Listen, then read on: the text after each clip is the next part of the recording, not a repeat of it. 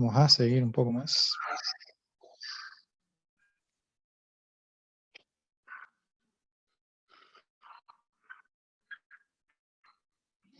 Bien, vamos a comenzar con la clase 1, que es bastante teoría, así ya podemos pasar a cosas más divertidas. ¿Qué vamos a ver en esta parte, esta primera parte, o esta primera clase?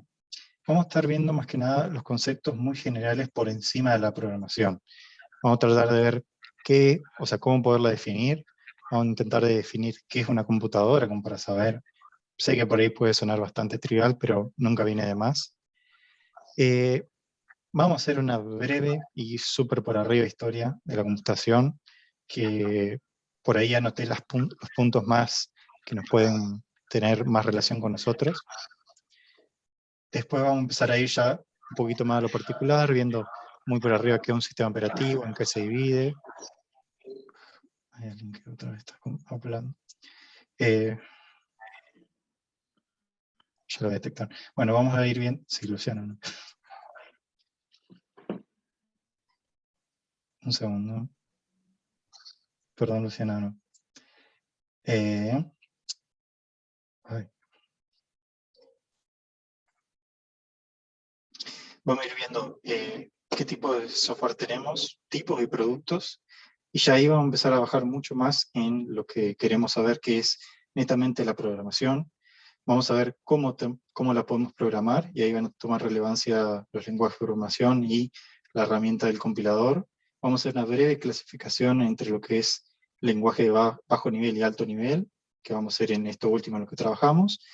Y como para ir despidiéndonos de esta clase, vamos a ir viendo cuestiones muy generales sobre qué tipo de lenguajes tenemos, qué paradigmas de la programación existen, qué tipo de tipado tenemos, y cuestiones muy generales que, si bien tal vez no veamos todas en la cátedra, me gustaría que sea el puntapié como para que les dé curiosidad y vayan averiguando ustedes.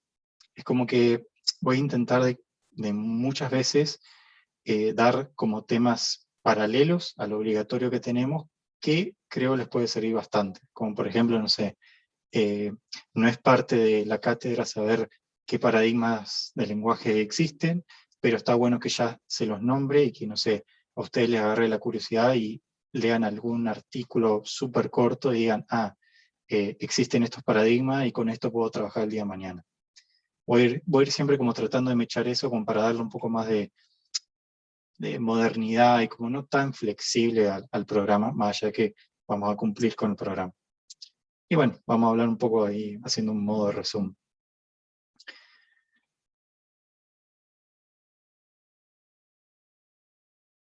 Bien, lo primero que tendríamos que preguntarnos es obviamente qué es la programación.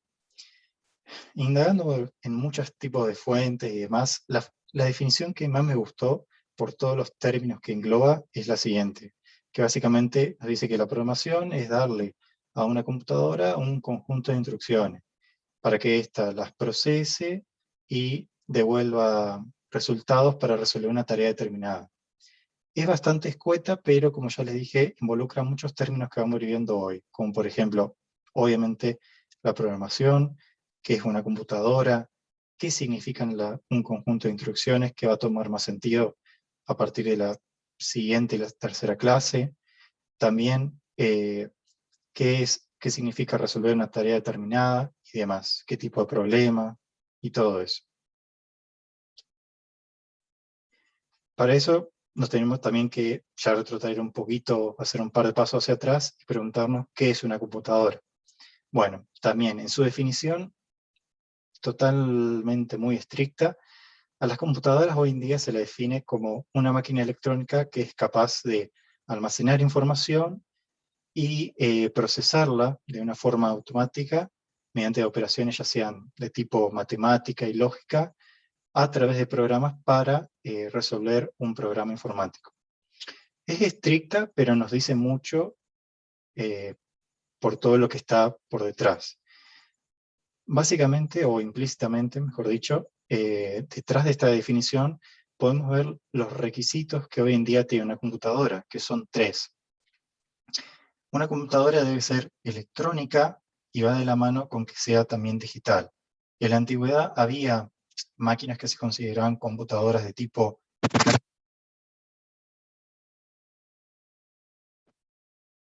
mucha otra maquinaria como tipo, no sé, válvulas.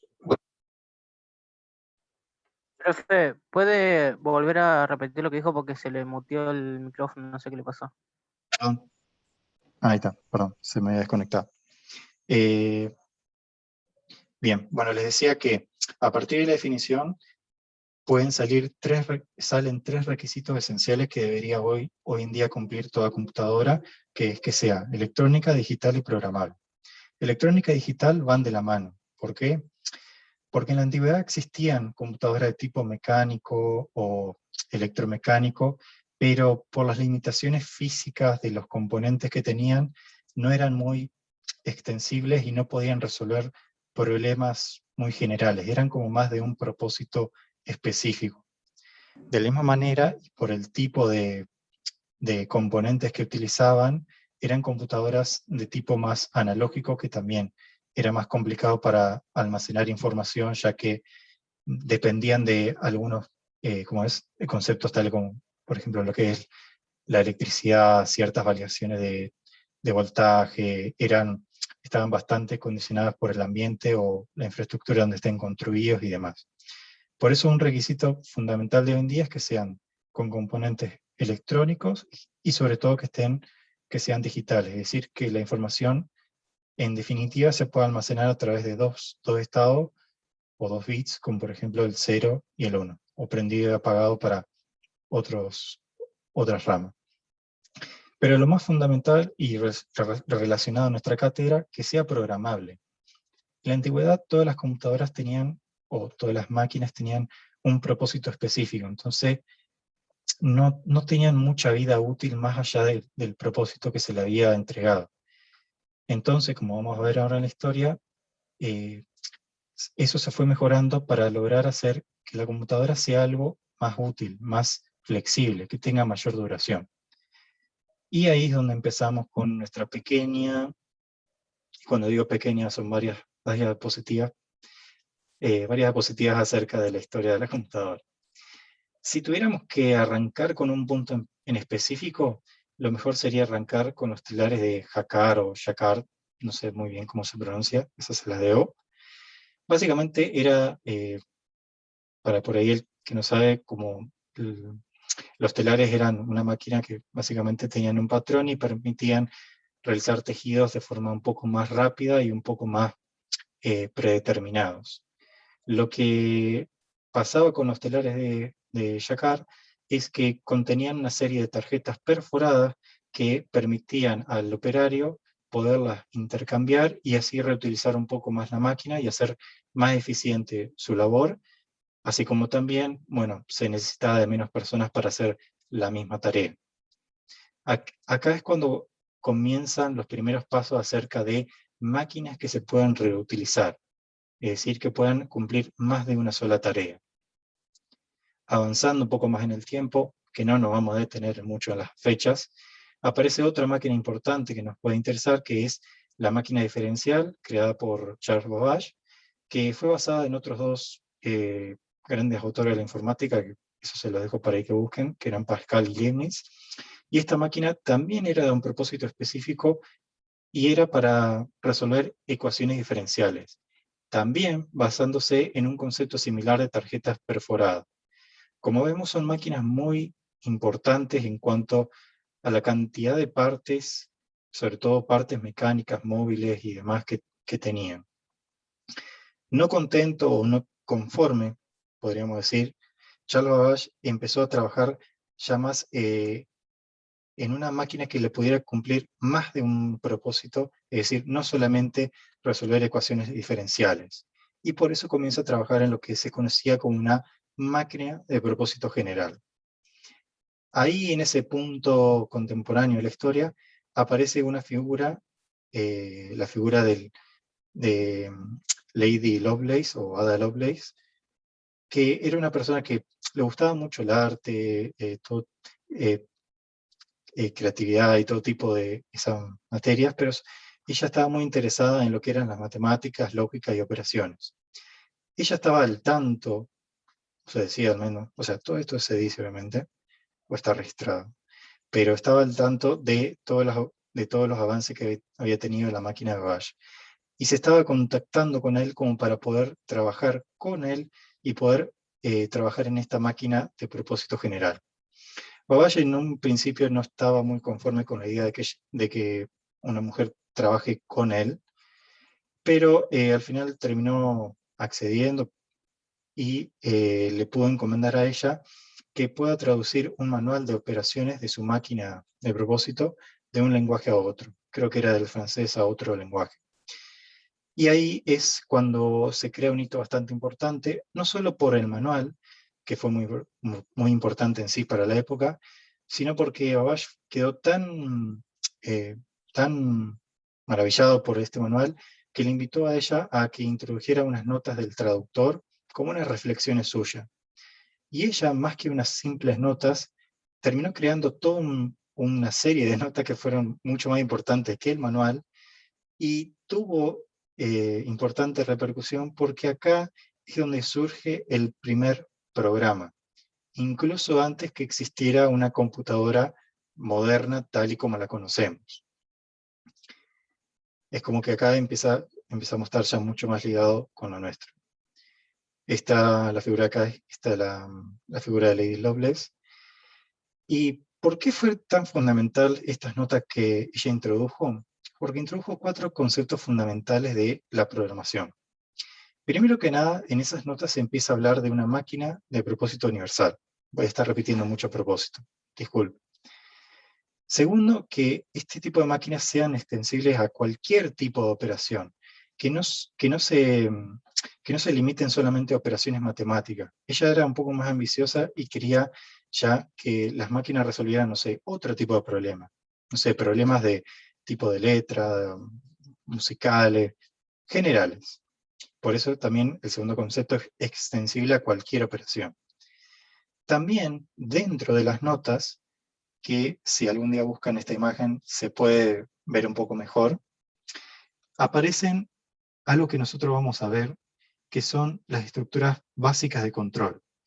Aparecen los conceptos de lo que es una rutina, lo que es una subrutina, los conceptos de condicionales, los conceptos de ciclos o bucles, que ahora parece que estuviera hablando en chino, pero todo esto va a tener bastante sentido ya en breve, ya la clase que viene. Y sobre todo, ella, para la época, define un concepto un poco controversial al día de hoy, que ella decía que las máquinas debían ser de solamente ejecución, es decir, que no deberían realizar ningún tipo de aprendizaje o que no deberían pensar por ellas mismas. Es decir, la máquina es algo que uno le daría órdenes así, tal cual, de forma imperativa, y la máquina devolvería algo. Sobre este cuarto punto es sobre el cual nos apoyamos para ir un poco más adelante en la historia, pero no tanto, que es cuando aparece la figura de Alan Turing. Alan Turing ha definido un montón de cosas en la informática, van a ver que van a estudiar bastante cosas relacionadas con él, pero básicamente, volviendo de nuevo a nuestra pequeña línea temporal, empieza a definir lo que se conoce como una máquina universal o máquina de Turing a partir de dichas notas. Si bien es todo muy teórico, se acerca muy similar a lo que se definía como una máquina moderna para hoy en día. También aporta cuestiones generales, como por ejemplo, empieza a definir qué es un problema que es computable y qué no, que también ya lo vamos a ver, y él difiere un poco con la noción de Lovelace acerca de si las máquinas debían pensar o no. Él decía que las máquinas con cierto entrenamiento podrían aprender y, bueno, generar nuevas capacidades, que es básicamente lo que hoy se trabaja en el área de Machine Learning, o no me acuerdo la traducción al español, que creo que era aprendizaje de máquina o aprendizaje computacional. Pero bueno, básicamente también establecen muchos conceptos que hoy estamos utilizando y que sentaron las bases para la máquina moderna como hoy la conocemos. También contemporáneo a Alan Turing aparecen los aportes de Claude Shannon, que algo muy importante es que él en una tesis que él elabora, él dice que toda operación matemática puede representarse a través de la lógica booleana, que son la lógica básicamente de ceros y unos, y que en la práctica eso se podría representar a través de interruptores que puedan marcar un estado de prendido y apagado, de corriente eléctrica y ausencia de corriente. Suena muy, muy al pasar. Profe, se le desconectó el micrófono de vuelta. Perdón, gracias. No sé qué parte me quedé, pero bueno. ¿Qué fue lo último que escucharon? La buena. Que puede sonar algo muy al pasar, pero... Bien, gracias.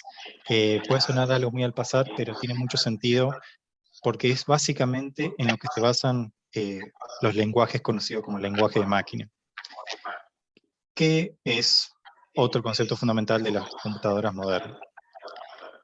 Ya avanzando un poco más, ya estamos cerca de terminar, no se preocupen, al menos la historia. Ya un poco más avanzando en la historia, en la época de las guerras, sabemos que toda la época de guerras siempre suponen un avance importantísimo a la tecnología, y la informática no es ajena a ello. Y bueno, luego de iniciar la Segunda Guerra, teníamos a estos dos ingenieros que eran John Mockley y John Eckert, que recibieron un financiamiento del ejército y pudieron crear la que se conoció como la primera computadora de la historia, que era la ENIAC, que es la que se ve acá a la derecha. Esta era la primera máquina que cumplía con los 3 requisitos que hablábamos antes, que era digital, era electrónica, más allá de que sea un poco más bestial, y sobre todo era programable. O sea, se podían realizar cambios en el circuito de cableado para poder para poder asignar otro tipo de operaciones. Detalle no menor de la imagen, pero que no quiero abrir a ninguna controversia, en esa época se destinaba gran parte del mantenimiento de todo y de todas las operaciones de cableados a las mujeres. ¿Por qué? Porque decían que era una tarea muy manual, muy monótona, y que no requería por ahí de mucho conocimiento. Pero de nuevo, por favor, no quiero abrir ninguna controversia, nada más alejado. Pero sí, las mujeres tienen un importante papel durante la historia de la informática. Eso nos lleva a nuestro otro paso, que es la aparición de las primeras programadoras. Muchas mujeres se involucraron, o sea, fueron asignadas a trabajar, por ejemplo, con la ENIAC, y lograron dominar tan bien todo el sistema de circuitería, que ellos pudieron empezar a aplicar conceptos que, por ejemplo, había definido Lovelace en su momento, que era poder definir rutinas o pequeñas funciones, intercambiando pocos componentes, y también dividir en módulos, que es como decir, bueno, tenemos un gran bloque de funciones, bueno, eso sería un módulo. O sea, se perfeccionaron tanto en eso, que lograron dominarlo e incluso mejoraron las capacidades de la ya existente computadora. A partir de toda esta experticia que lograron, surge en escena una ingeniera naval, si no mal me acuerdo, que era la ingeniera Grace Hooper, que tuvo a su cargo la creación del primer libro de programación, muy similar a lo que por ahí habían hecho Babbage y Lovelace en su momento. Ella estuvo encargada de escribir el primer libro para la Mark I, y el punto más importante por ahí a destacar de esta parte de la historia, no solamente por este personaje que ya va a venir después, sino porque como eran máquinas físicas, eran máquinas físicas de gran porte, tenían muchos componentes que solían fallar muy a menudo. Las mujeres de esa época habían dominado tan bien que ya sabían muy bien en qué parte podía fallar o qué condiciones podían darse para que algo falle. Entonces, en este libro surgió de que uno de los problemas con unas válvulas de vacío que existían es que a veces se colaban unas polillas o unos pequeños insectos, y ellas no tuvieron mejor idea que en el libro de programación dijeron, bueno, si pasa tal cosa, por ejemplo, no sé, alguna válvula de vacío se rompe, se quema, se extravía, no, falla de alguna manera, puede ser por ejemplo, este insecto, y pegaron el insecto muerto pobre ahí en ese libro de programación, y graciosamente acuñaron, sin saberlo, el gran término que les va a acompañar durante toda su vida de programación, que es el término de bug, o bicho, o chinche, o como fuere, que es el término cuando algo falla en el sistema. O sea, de ahí viene que cuando uno dice que, no sé, este programa tiene un bug en una determinada instrucción, es porque hace referencia a que en la antigüedad los bichos realmente hacían que fallen los componentes mecánicos, físicos, etc. Como les decía, Grace Hopper fue alguien bastante importante también para toda esta historia que nos compete, porque luego de la ENIAC se pasó a la creación de otra importante máquina, que era la creación de la UNIVAC. Ahí Grace Hopper fue una de las que estaba encargada de su creación, y ella estaba muy convencida en aquel momento que las computadoras podían, mejor dicho, debían entender un lenguaje más natural, más cercano al ser humano. Ella decía, estaba totalmente convencida que las computadoras deberían aprender inglés, es decir, que la persona que estuviera a cargo de programar pueda programar en algo tan simple como usando el inglés. Obviamente que no fue para nada bien recibida en la comunidad de aquella época, pero sin embargo, ella estuvo a cargo y coordinó la creación de uno de los primeros lenguajes, que fue el lenguaje COBOL, que o sea, se puede ver ahí a la izquierda algunas de las sentencias y también de los resultados, y también llevó a cabo la creación del primer compilador, que básicamente, ya lo vamos a ver en breves minutos, pero es algo que permite traducir de un lenguaje a otro. Esta filmina, que creo que es la última que tengo, es quizás la más clave de las que nos compete, porque acá vamos a ver cuánto hemos... Sí, era la última. Vamos a ver cuánto fue, o sea, cuál fue la magnitud de la evolución de la programación en sí, que partimos de una programación bastante rudimentaria, bastante mecánica, a tarjetas perforadas, por ejemplo, a circuitería un poco más avanzada, a ya, por ejemplo, establecer códigos de ceros y unos, que va a tomar más sentido, e incluso llegar a tal nivel de poder decir, yo estoy programando en un lenguaje que más o menos parece humano. A veces lo van a leer y no parece humano, pero en teoría sí. O sea, la verdad es bastante interesante. Cuando yo tuve que hacer toda esta pequeña reseña, si bien no era lo más divertido del mundo, no se lo voy a negar, pero te lleva a reflexionar mucho cómo evoluciona o cómo hemos evolucionado. La verdad que lo mejor que nos pudo pasar es que se hayan creado tales lenguajes, porque hoy en día yo creo que la programación está accesible a cualquier persona. En sí se van a dar cuenta que han programado implícitamente toda su vida, obviamente que quizás no en una computadora, los que no hayan programado, pero que no va a estar muy lejos de lo que van a ver. Así que bueno, disculpas porque fue un poquito más extensa de lo que esperaba esta reseña, pero bueno, valía la pena hacer una pequeña historia. Y así ya podemos proseguir con algunos temas un poquito más importantes, más divertidos. Vamos ya a situarnos un poco en lo que hoy en día es un ordenador o una computadora moderna. ¿Cómo la usamos? Básicamente quise esbozar un pequeño diagrama de cómo hoy se utiliza una computadora. Básicamente tenemos usuarios. Los usuarios utilizan unas aplicaciones, sean lo que sean, sin definirlas muy formalmente. Estas pasan a través de un sistema operativo y en definitiva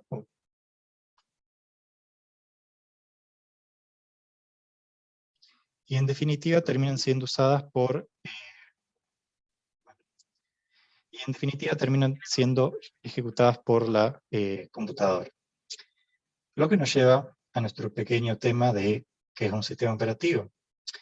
Bueno, el sistema operativo a grandes rasgos es un gran software que está encargado de la administración de todos los recursos, ya sea de hardware o de software, que tiene la computadora o el ordenador. No solamente se encarga de administrar todo tipo de recursos, sino que también tiene una serie de servicios básicos que son comunes y dispensables para todos los programas. No tiene mucha injerencia en el tema de la programación, como lo vamos a ver, pero está bueno saber que todo, en definitiva, todo lo que hagamos, va a parar al sistema operativo, que es el encargado de ejecutarlo. Como bien dijimos, si podríamos dividir el sistema operativo, lo podríamos dividir en dos partes. La parte física, la parte del hardware, con todos sus componentes, como por ejemplo la memoria RAM, la memoria ROM, después la placa madre, microprocesador, todos los componentes periféricos que ustedes quieran, hasta monitores y periféricos tipo, no sé, auriculares y demás, todo. Y la parte que más nos interesa, obviamente, la parte del software. Si lo tuviéramos que definir, es como muchas veces se define en los libros como la parte lógica o la parte blanda, porque básicamente se lo define así a todos los conjuntos de programas, todos los conjuntos de programas y también todas las cosas asociadas a ellos, como por ejemplo documentaciones, reglas, datos asociados y demás. Es decir, nosotros vamos a hacer programas, pero el software involucra un poco más de eso. No se queden siempre con que el software es la aplicación y ya, sino es todo lo que envuelve su pequeño ecosistema para poder resolver un problema.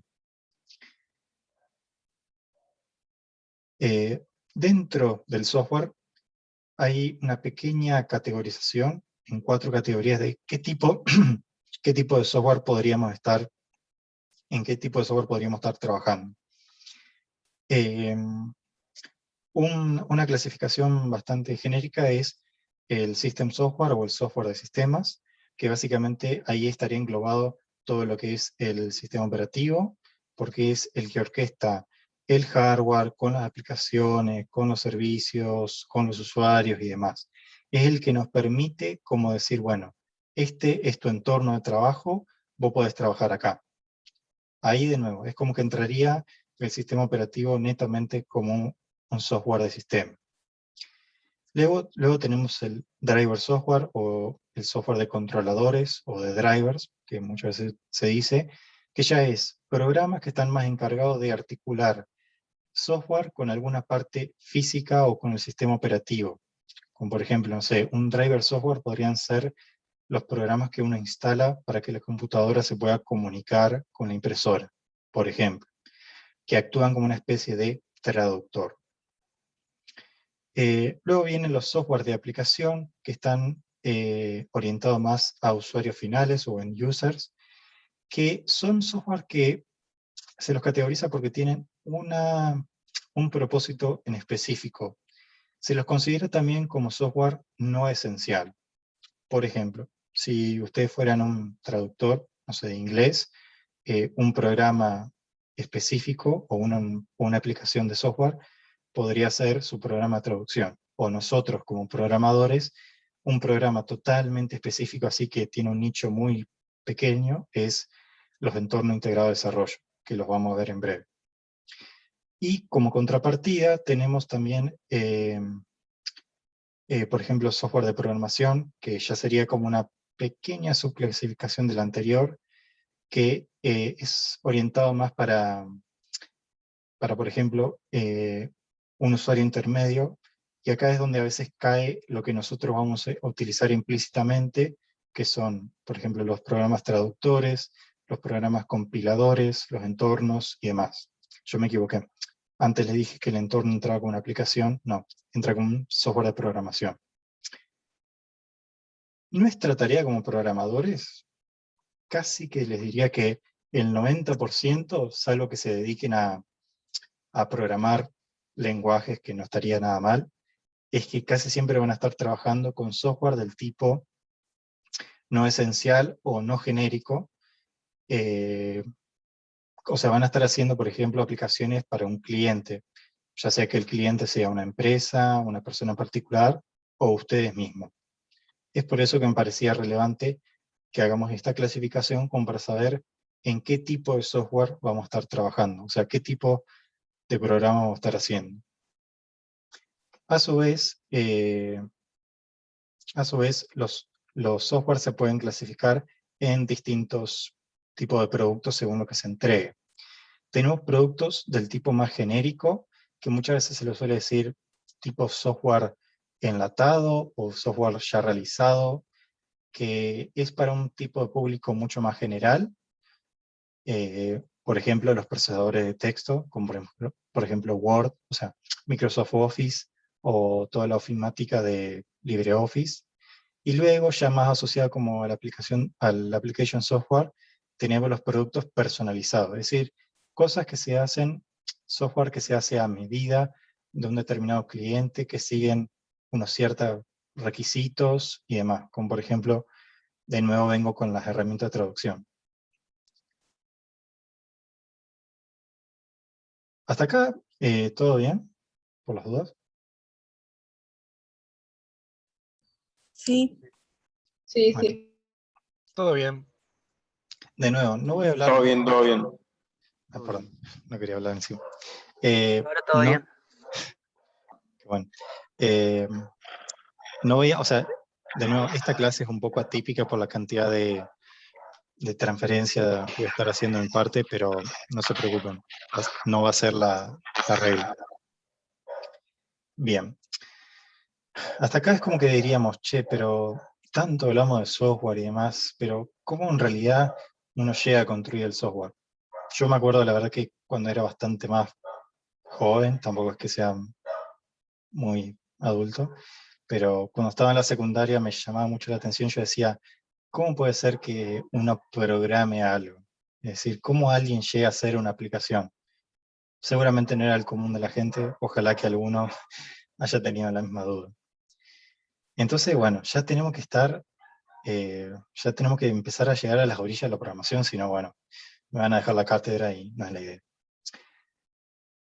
Si tuviéramos que guiar un poco esta última parte de la clase, ojalá que se pregunten, pero che, ¿cómo es que podemos programar algo?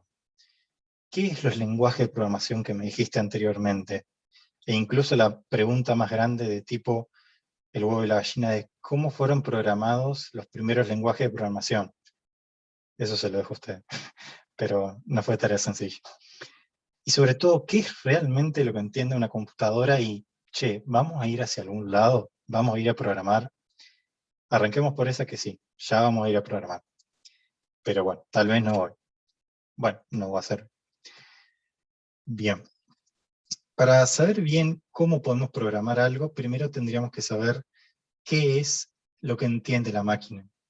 Porque, o sea, uno la usa, ya se ha vuelto de uso tan común en una computadora, que creo que nadie se pone a reflexionar en qué es lo que realmente entiende una computadora. A veces nosotros se nos cuelga la computadora, perdón por la expresión, y hacemos 1.000.000 de clics y no sabemos por detrás cómo funciona. Así que bueno, si tuviéramos que comenzar en nuestras orillas de la programación, la pregunta sería, ¿qué es lo que entiende? Y, ay, qué feo que queda esto. Bien, ¿qué es lo que entiende la computadora? Bueno, para que la computadora pueda ejecutar algo, nosotros le tenemos que dar instrucciones. ¿Alguien iba a preguntar algo? ¿No? Okay. Bien, como le decía, para que nosotros podamos darle una instrucción y que me devuelva algo, al fin la computadora, tenemos que saber que la computadora, como ya más o menos se pudo ver en la historia y un poco en los requisitos, en definitiva, lo que ellas entienden, solo entienden de ceros y unos, de dos estados booleanos, prendido, apagado, verdad, falso, etc. Y esto es básicamente así. Pero para nosotros, simples humanos mortales, poder programar con ceros y uno puede que sea una tarea bastante complicada. Por eso es que, gracias a todos que estamos ya en esta era de la modernidad y que ya se han concebido lo que se denominan los lenguajes de programación que surgieron como solución para darle solución a este problema de, che, ¿cómo programamos algo?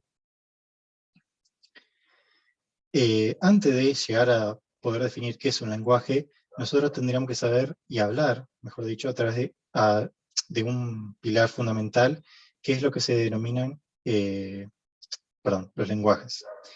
Los lenguajes de programación en sí son lenguajes formales. ¿Qué significa que sea formal? Bueno, que son un conjunto de símbolos y reglas y demás, que con ciertas reglas de sintaxis y semántica, uno le puede dar una instrucción más fácil a la computadora. Si lo viéramos muy desde arriba, un lenguaje de programación sería un conjunto de palabras, casi todas en inglés, con ciertas reglas. Y lo que nos permite este lenguaje es codificar un algoritmo, que ya lo vamos a ver, de la forma más, más amena o más cercana a nuestro propio lenguaje, y dárselo a otro programa que es el programa compilador, el cual se va a encargar de esa ardua tarea de tomar todo lo que escribimos y transformarlo en una secuencia gigante de ceros y unos que represente las acciones que quisimos programar. El segundo pilar, así súper implícito en toda nuestra tarea, es el compilador, que ya muchas veces se van a amigar y a enemistar.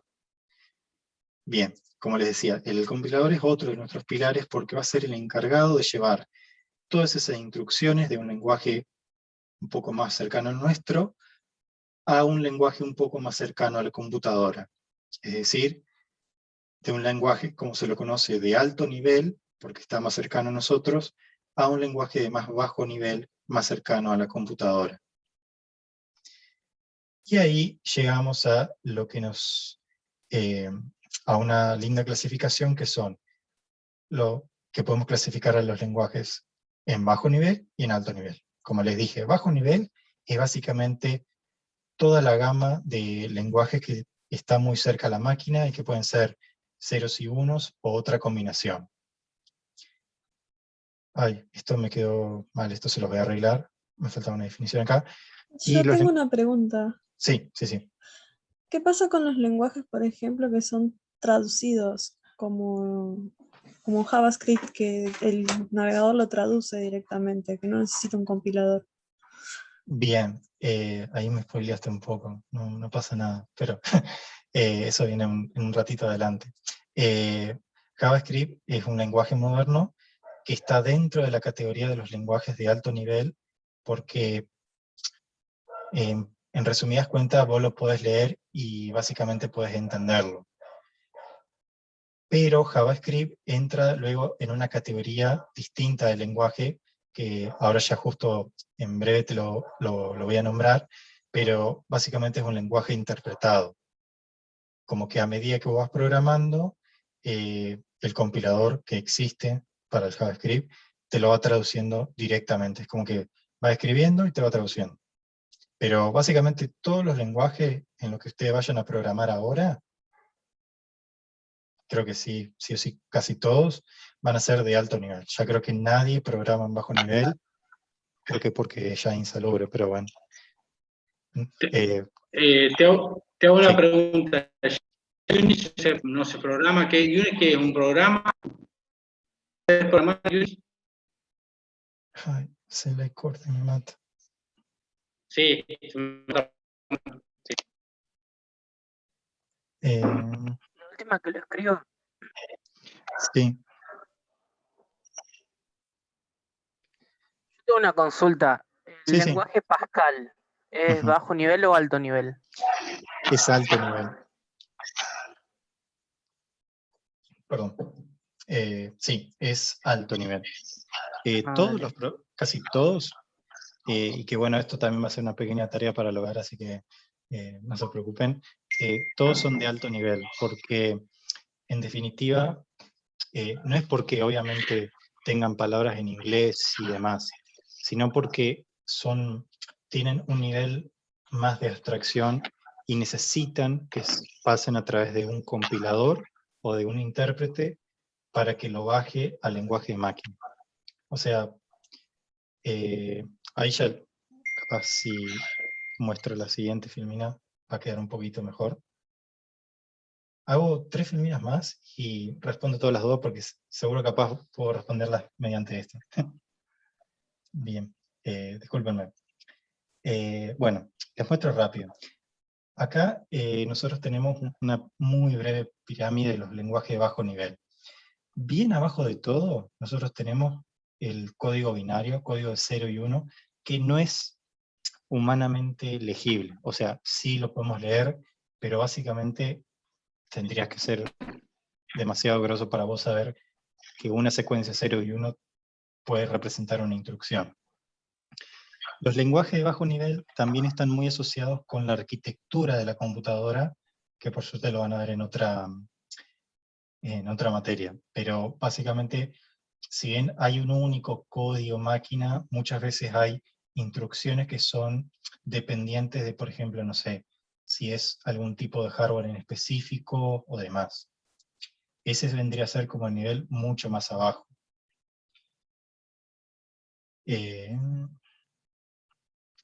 Luego,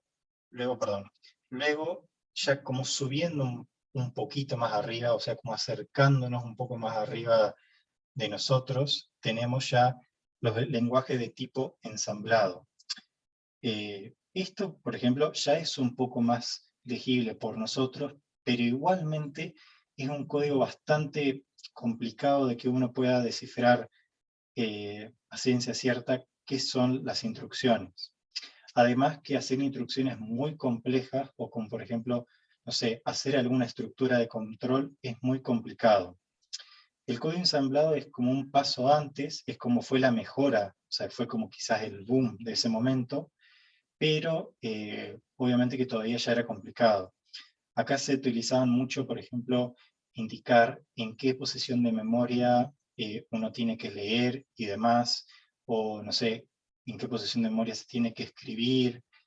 Es como que esto de acá que no tiene mucho sentido, van a ver en lo que se transforma cuando vaya a un lenguaje más de alto nivel. Ya subiendo otro peldaño más en nuestra pirámide, por así decirlo, tenemos acá una sentencia o una instrucción de alto nivel. O sea, la anterior que teníamos acá, que si la ven muy rápida no tiene mucho sentido, se puede transformar en esto. Esto sí, ya es mucho más similar a lo que nosotros podríamos escribir, al menos en inglés.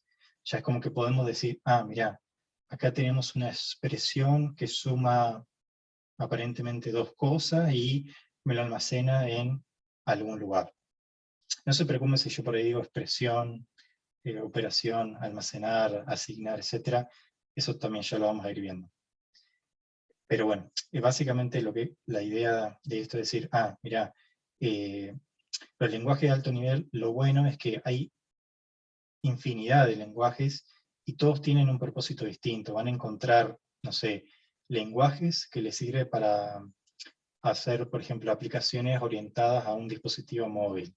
Por ejemplo, no sé, Android, por ejemplo, Swift y demás. Lenguajes que le permiten hacer, no sé, aplicaciones del tipo web, lenguajes que le permiten hacer de todo tipo. O sea, es bastante amplia la cantidad. Acá yo les muestro muy por arriba quizás algunos de los más populares, no son todos los más populares, pero bueno, qué sé yo, tienen, por ejemplo, JavaScript, C, que me gustaría que veamos, C++, tal vez, C#, Java, Python, Ruby. No necesariamente estos son los más populares, pero son quizás los que más en boga están. Después hay una subdivisión de un montón de cosas que por ahí se pueden parecer al lenguaje de programación por cómo se utilizan, pero en definitiva incluso siguen las mismas convenciones. Por ejemplo, HTML, que alguien vi por ahí que me dijo, HTML es un lenguaje de marcado en sí, uno no puede codificar operaciones, o sea, básicamente es, si podríamos decir, un lenguaje que sirve para mostrar cosas más que para hacer operaciones, y bueno, después tienen, por ejemplo, no sé, C++, que ya eso podríamos decir que sería un lenguaje como es un lenguaje para hacer estilos, pero no me quiero meter mucho en eso porque eso ya es más al futuro. Lo que quisiera más ahora, que quisiera que se vayan hoy en día, es decir, mira, en la antigüedad existían lenguajes de bajo nivel, perdón por los logos que hay más o menos, que existían lenguajes de bajo nivel y que alguien, por suerte, pudo evolucionar eso, y hoy en día tenemos lenguajes que son mucho más amenos a nosotros y que nos facilitan bastante las tareas de programación. Tengo una pregunta. Ujú. En las empresas, ¿tienen Ujú. un lenguaje en sí, digamos, o son distintos lenguajes de programación? Muy buena pregunta. Eso lo voy a hacer como actividad. Me están spoileando la clase y la actividad. Perdón, Nada, perdón. nada, no pasa nada. No, está buenísimo. O sea, ojalá que con la actividad que les dé resuelva un montón de cuestiones así tipo existenciales que yo las tuve cuando arranqué a estudiar, trabajar y incluso hasta ahora. No, hoy en día una empresa puede tener, o sea, una empresa seguro va a hacer muchos proyectos, o tal vez pocos incluso, y vas a tener lenguajes de todo tipo, pero sí, es como que no hay ninguna empresa que esté casada 100% con una tecnología o con un lenguaje, porque como van a ver, que les voy a pedir que averigüen, van a ver que cada lenguaje tiene sus pros y sus contras, sus ventajas. Es como que se ha vuelto, no te digo tan fácil crear un lenguaje que, bueno, sí, es más o menos fácil crearlo, pero bueno, lleva tiempo y la gente sigue creando lenguajes. Incluso hay gente que crea, no sé, lenguaje hasta de broma, por así decirlo. Pero yendo puntualmente y más seriamente a tu duda, sí, en una empresa sí, bueno, seguramente se utilice más de un lenguaje, más de una tecnología, y seguro lo que estén usando, no sé, de acá a 6 meses, no sea lo mismo que utilicen los siguientes 6 meses. Va a variar bastante. Por eso por ahí yo les voy a hacer averiguar que, no sé, no es que les diga, hagan un estudio de mercado, a ver qué lenguaje se usan, pero nunca está de más tener algunos portales como para decir, ah, mirá, últimamente se está utilizando más este tipo de lenguaje, porque les sirve para orientar su carrera. Como también, no me quiero meter en decisiones personales, pero pueden decir, ah, mirá, este lenguaje no está siendo muy utilizado, pero escasean de personas, tal vez me convenga aprenderlo. Como avance al objetivo de la cátedra es que no nos vamos a ligar con un lenguaje de programación en sí, sino que la idea de esta materia y seguro de todas las otras de programación que tengamos es que ustedes se puedan llevar herramientas generales que les sirvan para cualquier lenguaje. Van a ver que los principios siempre son lo mismo. Por eso es que yo muchas veces cuando alguien me pregunta, ¿cómo es que puedo arrancar a programar? ¿En qué lenguaje arranco a programar? Yo no trato de responderle qué lenguaje, sino que trato de indicarle cuáles son los conceptos que a mí me parece que deberían arrancar. Porque una vez que tengan eso, ya van a ver que todos los lenguajes se parecen, sacándolo de bajo nivel. Me resplayé, pero ojalá que te haya podido responder. Sí, sí, sí, muchas gracias. No sé si hasta acá alguien tiene alguna duda de lo anterior. No, no hay problema. Ah, yo quería preguntar sobre el programa, si usted lo va a dejar en algún lado. Sí, el programa y toda la otra documentación formal lo voy a colocar en Moodle. Ah, y otra cosa más, ¿vamos a llegar a ver bases de datos o le corresponde a otra materia? Eh, no, yo no creo que lleguemos. Sé que le corresponde otra materia, pero no me acordaba cuál. Esa por ahí te la debo y te la podría responder para la próxima. Pero sí es seguro que en la carrera algo de base de datos van a tener porque es un componente casi esencial. No te digo que lo utilice al 100%, pero siempre está bueno saberlo.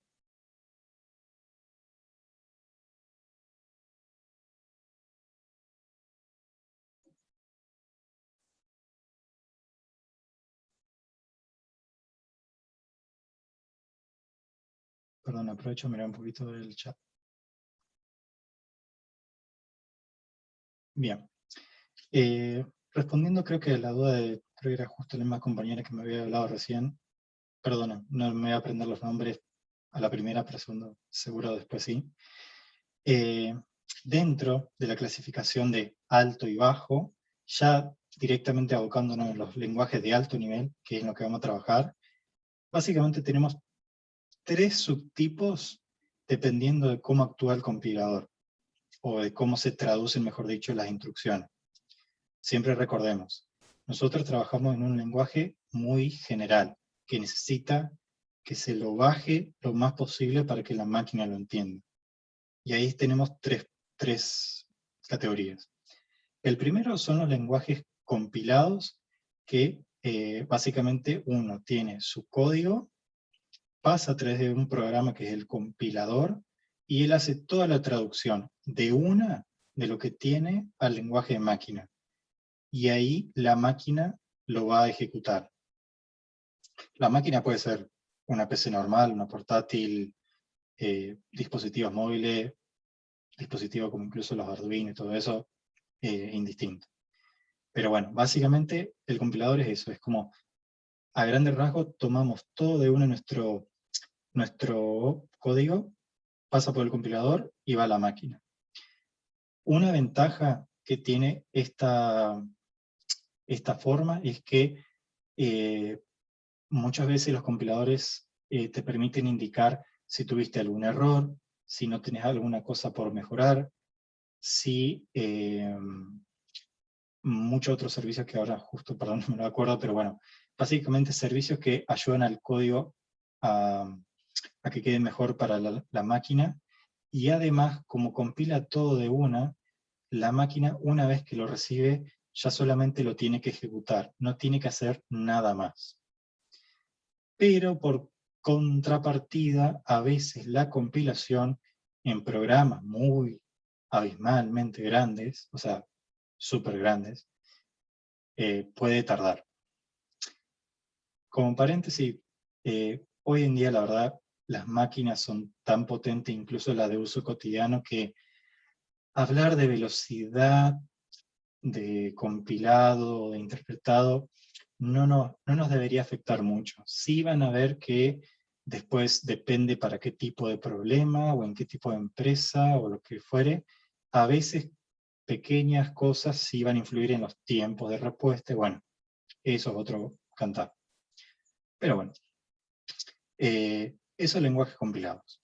Otra categoría es lenguajes de interpretado, que son aquellos lenguajes que uno va codificando, y a medida que va codificando, hay un programa que es el conocido como intérprete, que en definitiva hace las de compilador, pero que su diferencia principal es que va recibiendo sentencia a sentencia o instrucción a instrucción, y la va transformando en código de máquina para que lo pueda ejecutar la máquina. Esto a veces tiene sus pros y sus contras. Por ejemplo, JavaScript, van a ver algún día cuando trabajen o cuando lo vean, que se categoriza de esta manera. La ventaja que tiene es que son un poco más veloces, porque se va traduciendo y mandando a la máquina. Pero como contrapartida, a veces eso puede ser un poco más tedioso para la máquina, o a veces los lenguajes tienen que ser diseñados de una manera que son más flexibles, y cuando son más flexibles son más peligrosos, porque echa la libertad, echa el peligro, obviamente. Pero bueno, básicamente la diferencia radica que la aplicación que vaya a ejecutar ese programa pueda ir interpretando instrucción a instrucción y ejecutándola. A veces también difiere un poco en quién hace la compilación y quién la recibe. A veces, no sé, puede ser que, por ejemplo, nosotros programemos en un lenguaje como por ejemplo los de Microsoft, que se llaman, por ejemplo, la plataforma .NET. Esos son lenguajes compilados, y ustedes, por ejemplo, compilan el lenguaje y, por ejemplo, pueden subir ese lenguaje a otra máquina para que lo ejecute. Es como que, digamos, la compilación tiene dos pasos. Y a veces los intérpretes, como por ejemplo JavaScript y sus navegadores, cuando ustedes van trabajando, se van traduciendo e interpretando directamente las líneas. Entonces, como que a veces pueden decir que el intérprete lo hacen ustedes desde su máquina. Entonces, como que ahí ya va a jugar, por ejemplo, no sé, alguna decisión de la empresa o de ustedes mismos, decir, bueno, ¿quién quiero que haga esta traducción? Pero bueno, estos son temas por ahí muy, muy a grandes rasgos. Esto después es como que los invito a que vayan curioseando un poco más, porque si yo le dijera ahora los pormenores de cada cosa, los pierdo. Entonces prefiero que se vayan con la idea general. Y tercero, y no menor, están lo que se denominan lenguajes intermedios. La mejor forma de ejemplificar los lenguajes intermedios es con Java. Si ustedes han tenido un celular un poco más viejo, o incluso en sus máquinas, van a ver que a veces les dice, no sé, esta máquina o este dispositivo requiere Java para correr. ¿Por qué? Uno diría, ¿no? ¿Por qué justo para los programas de Java y no para otras cosas? Bueno, porque... Por el 2013 para atrás eran... Sí, exactamente. Yo todavía tengo uno porque lo tengo de nostalgia, que es el celular que más me gustó. Los Nokia, por ejemplo, tenían eso. Pero sí, más o menos por ahí anda esa fecha. Perdón, te interrumpí, no sé si quería decirme algo más. No, porque, bueno, no soy ni tan joven ni tan vieja, pero cuando tuve mi computadora, a veces pasaba de que no me corría porque... Exactamente. Sí, eso es un tema de los lenguajes intermedios que nos ayuda a definirlo.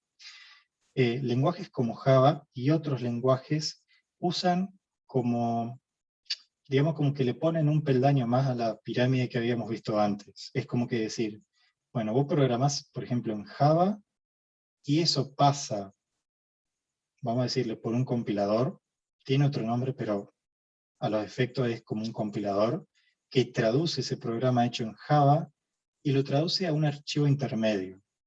Ese archivo intermedio es lo que manda a la máquina, y la máquina requiere incluso de otra aplicación que se encarga de leer.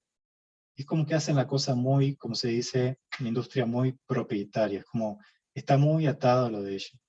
Por ejemplo, si vamos al ejemplo clásico de Java, cuando ustedes programan en Java, que es muy probable que lo hagan en la carrera, van a ver que eso se transforma en un tipo de archivo que se llama bytecode, que es el nombre del archivo intermedio, y eso requiere en sus máquinas lo que se denomina una máquina virtual, que es como un pequeño sistema operativo chiquitito metido, que corre esa aplicación. Por eso si ustedes hoy, o antes mejor dicho, querían correr algún programa en Java, o por ejemplo en los celulares, que era muy común, les decía, usted no tiene instalado Java para correr esta aplicación, por favor, bájeselo. Y es lo que suele pasar cada vez que se compra una máquina nueva, un celular. Pero bueno, esa es una gran categoría de los lenguajes intermedios.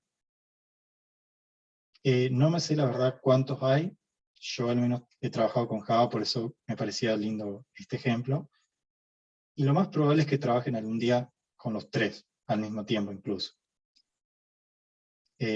Como les dije, hay ventajas y desventajas para cualquiera, y como va a pasar con cualquier lenguaje. Pero bueno, van a ir viendo que en definitiva todo se basa en lo mismo. Pero bueno. No sé si hasta acá hay una pregunta.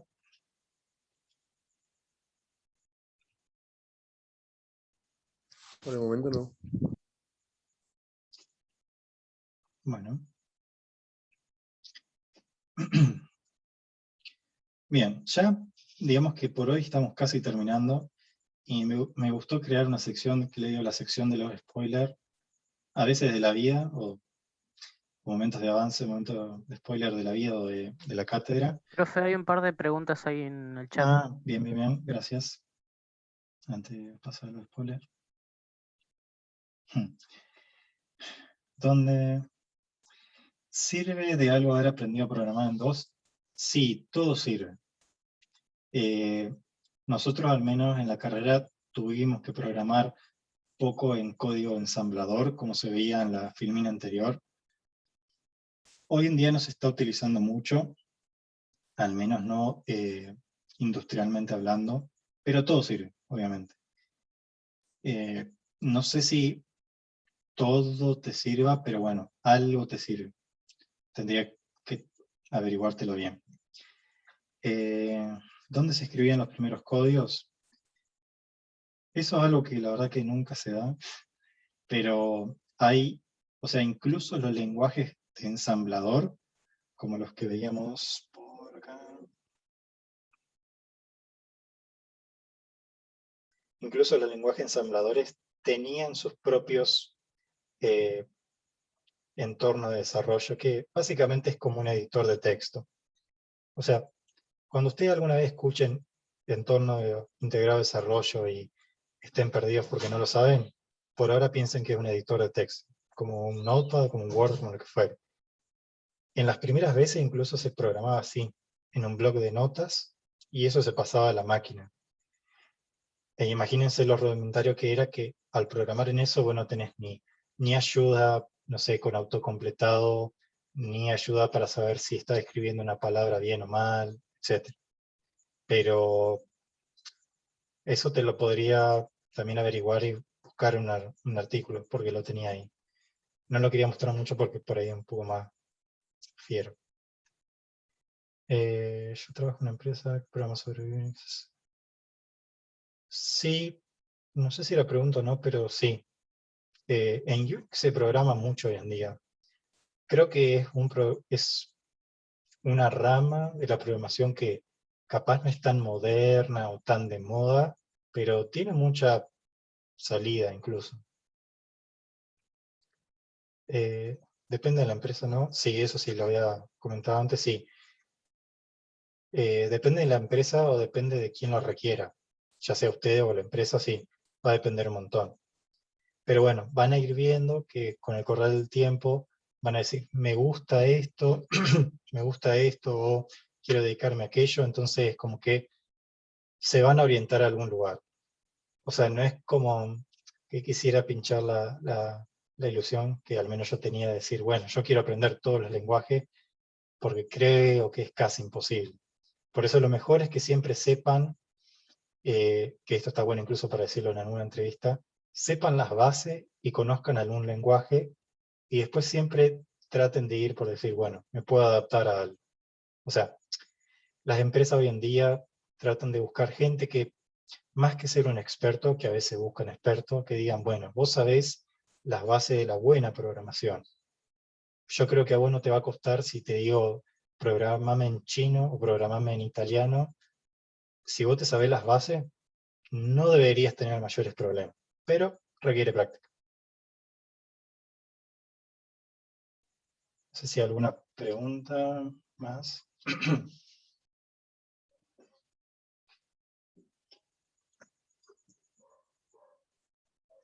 Se me acabó el agua, así que voy a tener que acelerar. Bien, estos momentos de ahora, estas últimas filminas que me quedan, no es algo que les pediría obligatorio que estudiemos, porque no es algo per se que está dictado en la planificación, pero son momentos que me gusta a mí como para, como les dije antes, les dé un puntapié a la curiosidad, porque muchas veces la programación es eso, es, te levantás a las, no, estás despierto a las 12 o a la 1 de la mañana y decís, che, ¿cómo resuelvo esto? Y empezás a curiosear y empezás a ver que hay una técnica de programación nueva, o que se viene un lenguaje nuevo, entonces yo quiero despertarles eso, curiosidad, como buscar y demás. Voy a ser muy hincha en esto, pero bueno. Entonces vamos con estos pequeños momentos de spoiler. Van a ver que entre todos los lenguajes, más allá de si es alto o bajo nivel, pero vamos a quedarnos con los de alto, si es compilado, interpretado, lo que fuere, también hay otra pequeña categorización que le van a decir, este lenguaje es de tipado estático, este lenguaje es de tipado dinámico. No tiene un poquito de sentido decirlo ahora, o sea, como que lo digo y no suena a nada, pero ya como que los voy iluminando, por si algún día les da curiosidad, es que tenemos dos tipos de tipado, es decir, los que se determinan fuertemente tipados son porque uno le tiene que declarar de qué es algo. Sé que hablo muy genérico, pero va a tomar sentido. Es decir, es como que le digan, si es fuertemente tipado, es como que yo le quiero decir, no sé, que determinada caja es para guardar copas, y vas a poner copas y nada más. Que determinada caja es para guardar platos, y vas a guardar platos y nada más. Eso después, cuando ya tengamos un poquito más de refinamiento en los términos, yo le voy a decir, bueno, un tipado estático es de significa tal cosa. Pero bueno, ya lo voy introduciendo con alguna terminología. Y por contrapartida, tipado dinámico viene a ser al revés, es decir, más flexible. Es decir, vos tomás esta caja y guardale lo que vos quieras. Plato, cubierto, vaso, lo que fuera. ¿Por qué les digo esto? Me gusta ya tipo spoileárselos de entrada, por si hay alguno que por ahí quiere ir viendo qué lenguaje le gusta, o va leyendo y va a decir, no sé, se va a meter a leer un lenguaje y dice, este lenguaje es fuertemente tipado, y ustedes no saben por ahí qué es eso. Bueno, ya es como que le presentan las credenciales de ese lenguaje de programación. Es como que le digamos, JavaScript es débilmente tipado o con tipado dinámico. Sin entrar mucho en detalle, es porque pueden meterle lo que quieran. Y eso van a ver que tienen ventajas y desventajas. Otro tema, sí, estos son temas muy aleatorios, como de nuevo, es para despertar curiosidades. Van a ver que hay ciertos paradigmas de la programación, que vamos a hablar un poco más la clase que viene. ¿Qué son los paradigmas? En pocas palabras es como qué metodología o qué tipo de técnicas se utilizan. Es como que, o qué formas de pensar siguen esos tipos de programación. Van a ver que los lenguajes de programación con los que trabajen fueron pensados para un determinado tipo de paradigma, a veces para muchos. Es decir, fueron pensados por un propósito más o menos específico, o sea, o pensando en, o teniendo en la mente un cierto tipo de pensamiento. Esto va a tener mucho sentido cuando ustedes por ahí tengan que decir, me gusta este lenguaje, o tengo que resolver cierto problema, voy a buscar un lenguaje que esté orientado a tal paradigma. ¿Y cuáles son esas formas a grosso modo de programar? Bueno, la que vamos a ver en todo nuestro programa va a ser el paradigma estructurado, que básicamente es que uno le dice a la computadora, le va diciendo orden por orden, y la computadora lo ejecuta, y además tiene ciertas estructuras que les permite como cambiar el flujo de un lado para otro, por eso el diagramita de flujo que bien lo ejemplifica. Otro tipo de estilo de programación es el lógico. Este es un poco más loco, no les voy a mentir, no lo he dado mucho y no lo he utilizado profesionalmente, pero se utiliza mucho científicamente y a veces en la ciencia de datos, que básicamente tiene mucho que ver con lo que se llama lógica de predicado, pero no les quiero tampoco confundirlos mucho. Básicamente, piensen que el paradigma lógico trata de los problemas como decir, bueno, en condiciones de sí pasa esto, no pasa esto, y algo así. Pero no les quiero andar mucho, para no confundirlos como la imagen. Otro paradigma que digamos casi una evolución del estructurado es el paradigma orientado a objetos. Hoy en día, objetos, para el que no haya programado, puede sonar a chino básico, no se preocupen. No lo van a dar acá, pero sí lo van a dar en programación 2. Es el paradigma quizás que más se utiliza profesionalmente hablando, que es como una evolución del estructurado, en donde básicamente ya empiezan a agrupar pedazos de lo que programan en objetos, y estos objetos tienen, por ejemplo, propiedades, y por ejemplo responden a mensaje. Si pudiéramos hacer una analogía rapidísima, es como que acá ustedes van a empezar a ver las cosas como, mira, yo tengo una persona es un objeto, tiene propiedades como el DNI, el nombre y demás, responde ante mensajes como por ejemplo, no sé, decime tu edad, más o menos por ahí va. También, es como las puntas de los temas. Y un paradigma que me gustó mucho a mí, que ojalá lo puedan ver quizá en programación 2 o un poco más adelante, que es básicamente el paradigma funcional, que lo representé así como con la función tipo matemática, porque está pensado, fue originado más o menos como las funciones matemáticas, es decir, que una función es algo que vos le das una o más cosas y te devuelve algo. más o menos por ahí, con ese enfoque matemático, está orientado al paradigma de programación. Para la persona que le guste la ciencia de datos, la inteligencia artificial, la seguridad informática, todo lo que tenga que ver mucho con datos fuertes, el paradigma funcional a veces viene muy bien. De nuevo, todo puntas, no importa o no se preocupen si todo lo que digo no tiene mucho sentido. A ver, está bueno. Al menos digan, che, tengo dudas, quiero venir a la segunda clase. Y muchos otros temas, como por ejemplo, ¿qué metodologías tenemos? O sea, van a ver que las empresas, o ustedes como una empresa unipersonal, programando y creando proyectos van a seguir ciertas metodologías, es decir, ciertos marcos de trabajo en donde ustedes dicen, bueno, con esta metodología yo voy a hacer las tareas en general, más allá de la programación, con ciertas secuencias de pasos, con ciertos roles de personas y demás. Es un tema que no es programación neta, pero afecta mucho. Por ejemplo, hay metodologías más duras, como, qué sé yo, en donde se siguen tipo fases de muy determinadas, tipo, no sé, nos sentamos a analizar un problema, vemos a ver todo lo que tenemos que programar, lo programamos todo de una y después se lo damos al cliente, eso es muy rígido para hoy en día, o metodologías, como se dice, más ágiles o más flexibles, en donde tipo, se parece a lo anterior, pero es como que lo van haciendo de a poquito, tipo, no sé, nos sentamos 2 semanas y tratamos de darle algo más o menos listo al cliente. Bueno, ese es un tema que no sé si, ojalá, creo que debe estar en la currícula, pues no lo vi entera obviamente, pero yo se las nombro y ojalá que las puedan investigar incluso hasta por su cuenta. Yo siempre, si hay tiempo, lo voy a ir trayendo material que no es netamente programación, pero está ahí.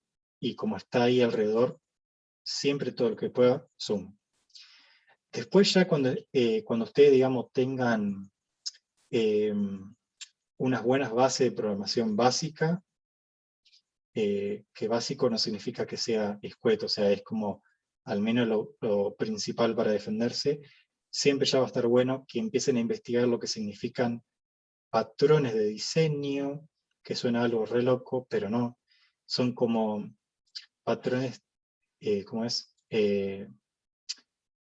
Como conjuntos también de técnicas que se aplican a ciertos problemas, que es muy loco, pero se deriva mucho de la arquitectura, es como que de la arquitectura real, de la vida real, se derivan muchas cosas para nosotros, para la programación. Y tanto se ha avanzado que, por ejemplo, no sé, a veces dicen, para determinado problema está bueno que sepas que existe este patrón. Es decir, tenés tales problemas, entonces poder aplicar tales pasos y programando esto ya tenés una re buena solución.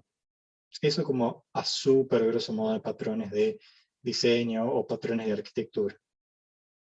De nuevo, no les diría que o sea, yo se los nombro, no les diría que se vuelquen así de súper lleno a investigarlo, pero digamos, una vez que terminen programación 2, ya empiecen a averiguar esto porque está muy bueno que ya como que su mente vaya teniendo como las herramientas ya listas. Es como decir, no sé, si llueve, ya sé que tengo que salir con un paraguas, a menos que tenga un auto y bueno, ya está medio como ahí haciendo trampa. Pero bueno, es como decir, todas las herramientas que más ustedes puedan tener, lo va a hacer mejor como programador, incluso si no es programación pura.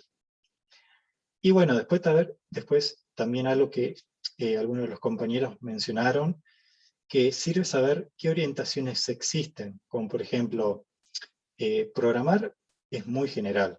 Ustedes pueden programar, no sé, aplicaciones de escritorio, como por ejemplo Microsoft Word, se me viene a la mente, aplicaciones para celulares, aplicaciones que tienen que ver, qué sé yo, con seguridad informática, aplicaciones que tienen que ver, no sé, con minería de datos, sea lo que eso fuere, como para no tirar, e incluso pueden programar, por ejemplo, en lo que son las bases de datos, que ya lo van a ver. Lo que quiero decir es la orientación de la programación es muy grande. Es como que cuando empiezan a pensar todo lo que se puede hacer programando, puede ser hasta abrumador, pero no se preocupen, es como traten de usar estos 2 años como para decir, miren todo lo que yo me podría dedicar el día de mañana. Y decir, bueno, me gusta dedicarme para allá, entonces, no sé, me gusta dedicarme en base de datos. Bueno, para base de datos hay ciertos lenguajes, hay ciertos patrones, hay ciertas metodologías, yo me puedo desempeñar con tal rol.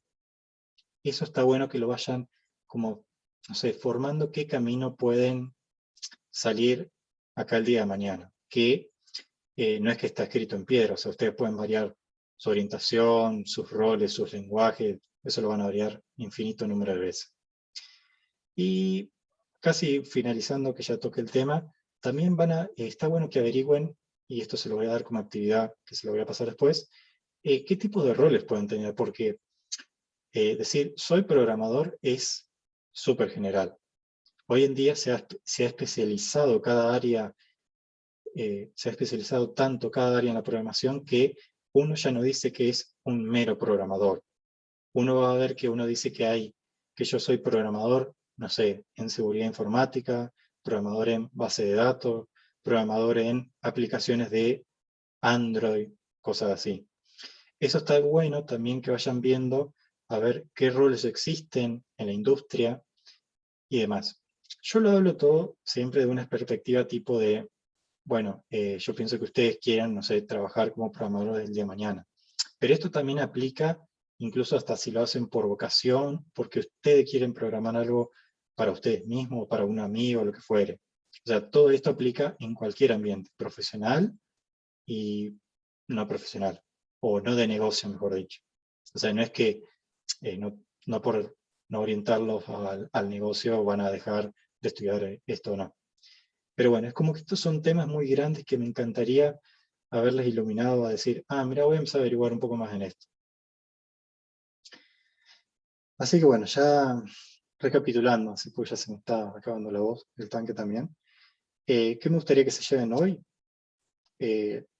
No quiero que se sepan la historia de la programación al pie, porque la verdad no la pregunta nadie, pero que sepan lo importante y la magnitud de la evolución que hemos tenido en la parte de la informática, e incluso qué afortunados somos de que hoy en día se puede programar para tantas cosas en tanto lenguaje y demás.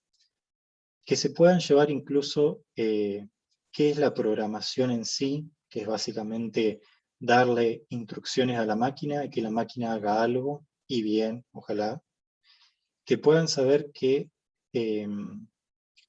hay muchísimos lenguajes de programación, desde lo más duro en la máquina hasta algo tan ameno como, no sé, programar casi en inglés puro. Que puedan saber que dentro de esos lenguajes de alto nivel podemos tener distintas categorías según cómo la analicemos, como por ejemplo, depende su tipo de compilación, como ya lo vimos las 3 primeras, que puedan ver si por ejemplo les da un producto intermedio o no, si por ejemplo en el futuro, cuando lo sepan más, si les gusta un lenguaje que sea de tipado fuerte, que les pone más reglas, o un tipado dinámico que les deja más flexible, que sepan que existen metodologías, que sepan que existen, que hay cosas no netamente programación, pero que sí que la engloban y afecta igualmente a la programación, como por ejemplo la metodología, es decir, cómo vamos a encarar un proyecto, que en definitiva termina impactando en qué vamos a programar. Que sepan que hay distintas formas de programación, y eso ya vendría a ser los paradigmas. Que sepan que, bueno, hay muchas orientaciones de lo que se puede programar, e incluso ustedes dentro del equipo en donde trabajen pueden cumplir uno o varios roles. Y bueno, más o menos eso es lo que me encantaría que se lleven de esta unidad. Próximamente, ¿qué vamos a ver en la siguiente unidad? O sea, esto ya, por ejemplo, ya terminamos la unidad 1, que era muy general. La semana que viene. La clase que viene vamos a estar viendo lo que se denominan los algoritmos. ya vamos a entrar bien en qué es algo que se puede programar y qué no, cuál es el proceso de programación que me gustaría que se lleven, por más que apliquen o no todas las etapas. Y bueno, ya vamos a empezar a hacer un poco de práctica acerca de cómo podemos entender un problema, cómo lo podemos encarar, qué es una estrategia, cómo podemos ir viendo. Y ya vamos a ir dejando las bases como para nuestras primeras herramientas, y así en la tercera clase ya empezar a programar así, zarpadamente. Así bueno, ojalá que haya sido un buen comienzo de la primera clase. Por las dudas, es la primera vez, vamos a hacer un poco de disclaimer o de comentarios del autor, que bueno, es la primera vez que estoy a cargo enteramente de una cátedra, por eso me disculpo si ¿cómo es? La aproximación de cómo les voy dando las clases es un poco densa o por ahí hablo mucho. El hablar mucho es solamente de esta clase y la que viene. Ya después vamos a estar mucho, yo les doy un tema y vamos a la práctica. Bien, antes de decirles si tienen dudas, yo les voy a mandar por correo, después lo voy a ir colgando en el Moodle cuando lo tengamos, les voy a colgar el cuestionario así, bien básico, que me sirve a mí para saber qué buscan de la carrera y de esta materia, al menos con lo que vieron hoy. Un poco para conocerlo de, por ejemplo, sus bases, si es que hay. Pero no se preocupen, no es nada que haya que poner nota ni nada. Ese es un cuestionario. Otro va a ser, cuando esté habilitado Moodle, yo les voy a pedir que bueno, se presenten, y a lo sumo se pueden subir una imagen de ustedes mejor, como para yo conocerle las caras, y por ahí tenemos que hacer alguna pequeña pruebita charlando, pero no tengan miedo. Y tercero, yo les voy a subir una actividad que voy a intentar ya mandárselas por correo si no me habilitan en la plataforma. Es una actividad muy relacionada con lo último que vimos, que es tipo que yo le voy a dar los puntapiés de preguntas guía como para decir, bueno, averigüen qué errores existen para un programador. Que más que nada es una guía que quiero que les sirva más a ustedes que a mí.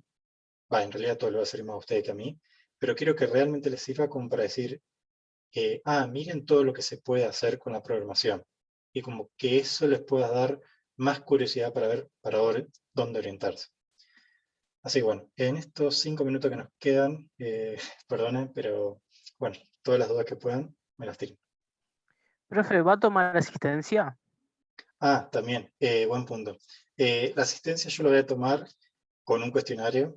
No voy a mandar tantos cuestionarios a menudo, pero yo ahora cuando termino les mando un cuestionario y ustedes lo contestan, y eso ya es la asistencia. Que se pueden completar incluso mañana, así que no se preocupen si tipo se olvidan ahora o a la noche. Es un poco flexible eso.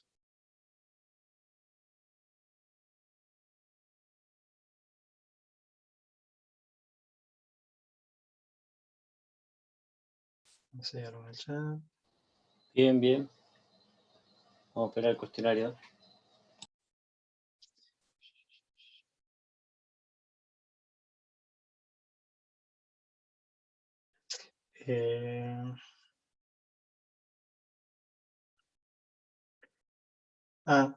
Sí. Voy a responder esta que no vi. Rapidísimo. Aparte de dar clases, estoy trabajando. Sí, yo estoy trabajando como programador de aplicaciones web, más que nada, de hace 7 años. He trabajado un poco con celulares Android, en su momento con celulares BlackBerry, que ya murieron, pero que se basaban en Java, así que no pasa nada. Pero sí, mi trabajo más que nada es de programador. Que eso está bueno que lo diga. Si ustedes por ahí algún día tienen alguna duda de programación en general, siéntanse libres de mandarme por correo. Yo usualmente trabajo de 9 a 6 de la tarde. Si me cuelgo un poco en responder, no se preocupen, voy a tratar de ir respondiendo lo más rápido que pueda, pero por ahí si me caen 60 consultas, me va a costar un poco. Para evitar errores cuando se trabaja en equipo, no entendí bien la pregunta, pero capaz fue justo cuando expliqué la metodología. Sí, el tema de metodología ataca un poco el tema de evitar errores cuando se trabaja en equipo. También incluso los patrones de diseño. Clipper puede ser orientado a lo lógico. Mira, no me acuerdo 100%, pero estoy 70% seguro, no sé cómo saqué el número, pero que sí, que Clipper creo que estaba más orientado a lo lógico. Hay lenguajes que están orientados a varios tipos de paradigma. MATLAB utiliza paradigma funcional. MATLAB sí fue conseguido más que nada bajo el lenguaje bajo el paradigma de lo funcional, porque básicamente es un lenguaje muy matemático. Se puede, o sea, perdón, tanto el funcional como el orientado a objetos, esos dos incluso se alimentan del estructurado, que es el que vamos a ver en toda nuestra cátedra. Pero sí, yendo puntualmente, sí. ¿Programador web o desarrollador web? No entendí muy bien la pregunta, pero son lo mismo. Gracias, gracias, gracias. Bueno, gracias a los feedback. Bla, bla, bla.